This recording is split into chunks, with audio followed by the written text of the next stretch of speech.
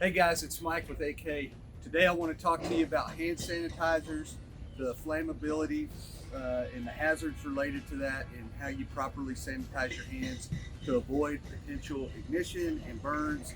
And you may not realize it, you may not know it, but we have a hand sanitizer here, and believe it or not, I know you really can't see it, but this is on fire and actively burning, and that's one of the things that make it so hazardous and dangerous if we're not careful.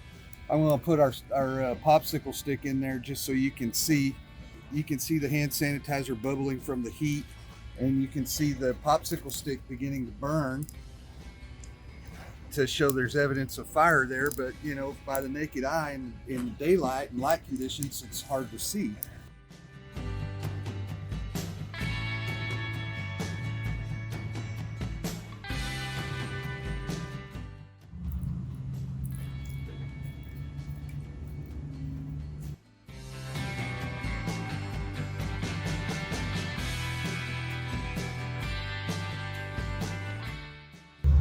So as you can see, during that period of time when you do the application of hand sanitizer on your hand, and as you're rubbing it in, the vapors are escaping and it's beginning to dry, but there's a period in there that can be dangerous, and if there's an ignition source, can cause a fire and actually cause your hand to possibly burn.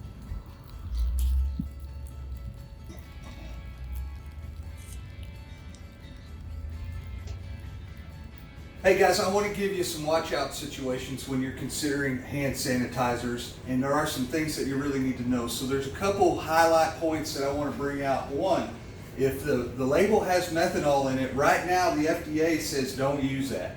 It's not good for you.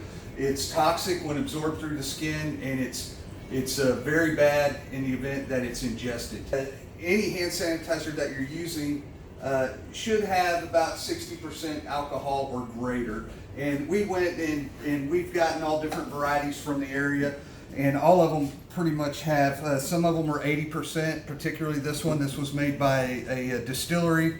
Some of these others that come off the shelf from the stores, 65, 62, and 63%.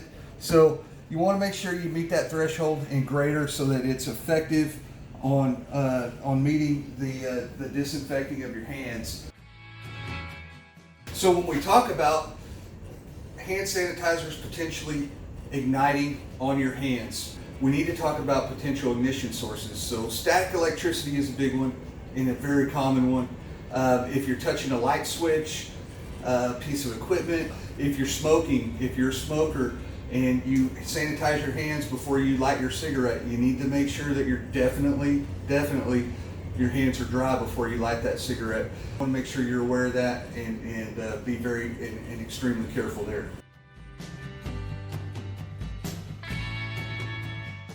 Alcohol flash point is about 63 degrees Fahrenheit, give or take. Usually it's 63 to maybe 75, something like that.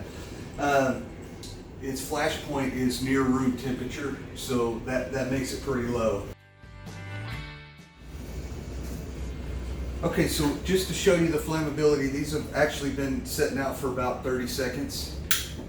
And you can see there, the blue flame, and then we have a disc in there for contrast. But in daylight and in lighter conditions, those flames are nearly invisible. You just can't see them. So it's very important that you see how easy it is to, oh, I don't have anything in that one, to ignite, and how easy they are to burn, even if they've been sitting out just a few minutes.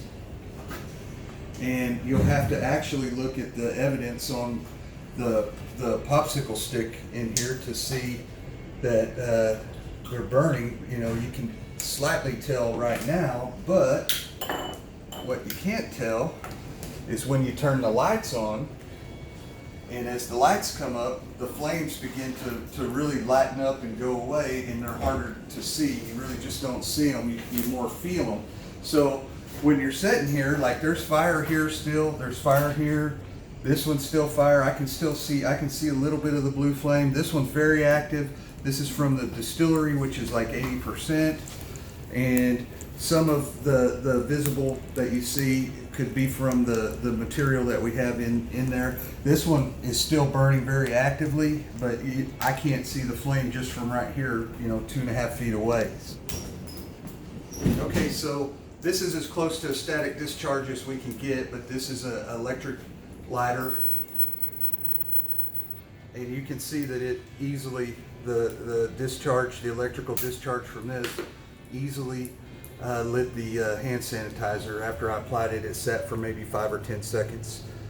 So definitely, if you find an ignition source immediately after or while you're applying your hand sanitizer, you could be at risk. So we wanted to bring that up. Several people have been burned because they were handling ignition sources immediately after they disinfected their hands. So you want to allow yourself plenty of evaporation time, plenty of dry time before you move on to start your next work task or grab your next object.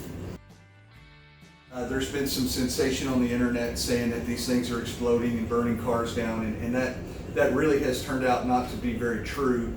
Although anything's possible, but most likely that's not really the way it goes down. The thing you do need to be very careful with in your car is the pressure that builds up, particularly in a bottle that's been in the sun or been in your car.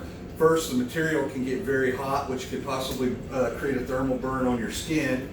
And two, the pressure inside of the container, when you squirt it, could actually squirt much more than you anticipate and be over pressurized, and it could splash back into your eyes or into areas that you don't want to get hand sanitizer on or create a spill. So just be aware of those things, that they're real, they're happening, and that's all we wanted to do today, was just kind of bring you some demonstration on how easy this stuff can ignite and how hot this stuff can burn. Call us about our PermaSafe antimicrobial shielding and treatments that are long-term, last, work 24 hours a day, 7 days a week. Call us, we're here to help. Hey, be nice, be kind, take care of each other, look for a way to help. We'll see you on the next run. Appreciate it, guys. Be safe out there.